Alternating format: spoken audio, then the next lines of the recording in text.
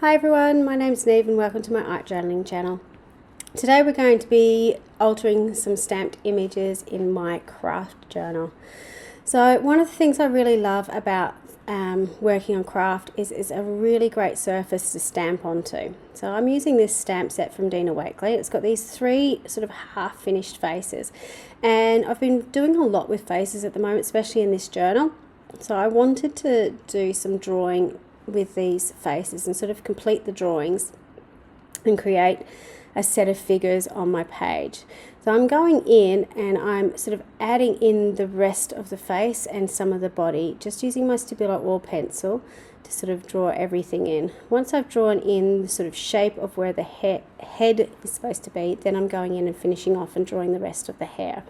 So you'll notice when I'm drawing the hair, I'm going slightly above the top of the headline, the top of the head, sorry, because our hair actually sits a little bit proud of our hair. So our hair sits proud of our head, so it needs to go up a little bit higher. It doesn't sit very flat on our head. When I'd drawn those out, I worked out that I actually had space for this third figure, so I put in the third one as well, which I quite liked because there's 3 females in my family, both my family and, you know, when I look at my mum and my sister, so it kind of represented both my family and, well, both my families, if that makes sense. Just waffling now, so there you go. Well, so once I'd drawn in my figures, I then went back in with my paint pen to draw it in. Now, usually I would just leave it with a Stabilo oil pencil, but because I was just sort of sketching out and getting a rough idea, I wanted to go back and paint this afterwards. I didn't mind having the Stabilo oil pencil there because it would just add shading when I started to paint it in, but I did want to have some strong black lines as well that weren't going to go missing, so I chose to pop them in with paint pen.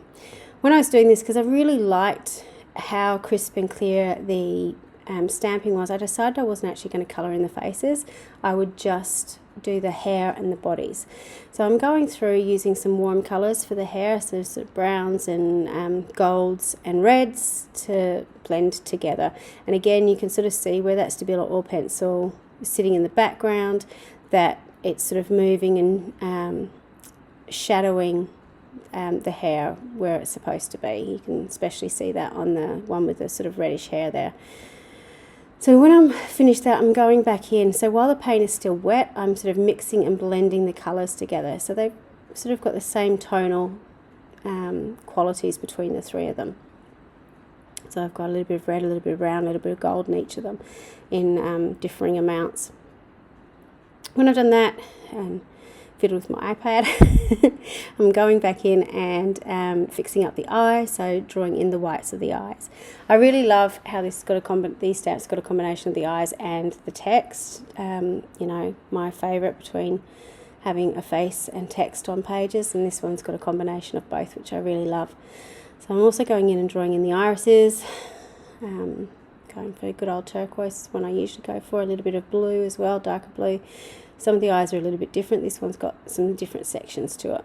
So it kind of looks like a cyclops there until I'm finished. Once I finish that, I'm really simply going to paint in their lips and then their clothing as well. So because I had the red out, I decided one of the girls would have a red dress. And as I was doing that, I figured I might as well go for the primary colours as I was painting. One of the other things I'm going into, because I'm still playing around with the hair, is just using the new Ancient, I think. So this is the gold gloss spray. Just dipping my paintbrush into it to add some extra highlights into the hair.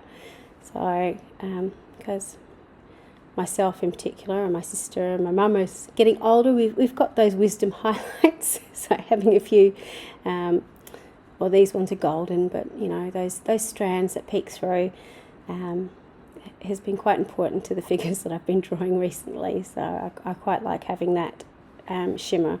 So while it goes on here and looks quite intense, in actual fact, when it dries down, it actually blends in really nicely with those warm colours I've got.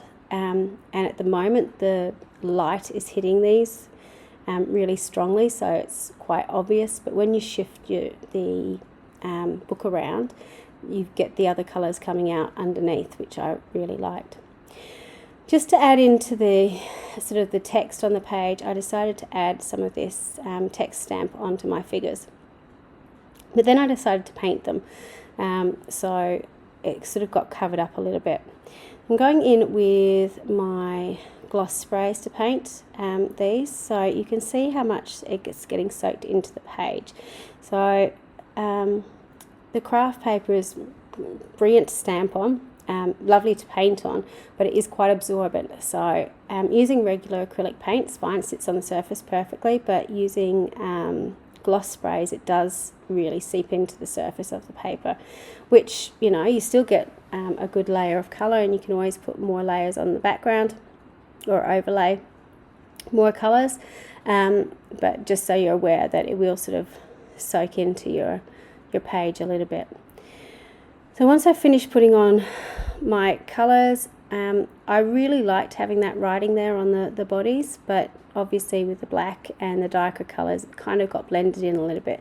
So I decided that I'd get my white paint pen out once I'd sort of outlined my figures and do some journaling on my figures using my white paint pen, so it really sort of stood out against those figures on my page.